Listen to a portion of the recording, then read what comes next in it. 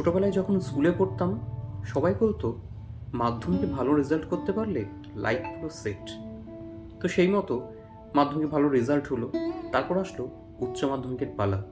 সবাই বলল সায়েন্স নিয়ে পড়ে ভালো রেজাল্ট করতে পারলে পিছন ফিরে আর তাকাতে হবে না।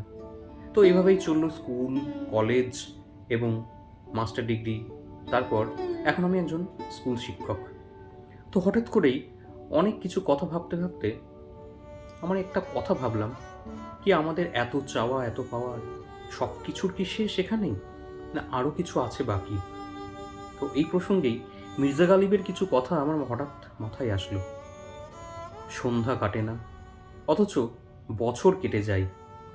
সময়ের সাথে আমরা চলে যাচ্ছি।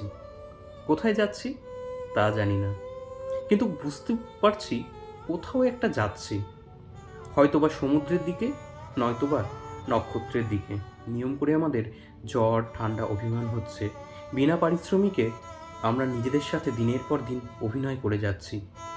নিরপরাধ চোখ দুটো ক্লান্ত আজ, তবুও আমরা যাচ্ছি। প্রিয় মানুষ, প্রিয় আকাশ, সব কিছুই ছেড়ে আমরা চলে যাচ্ছি দূরে, বহু দূরে, না ফেরার দেশে।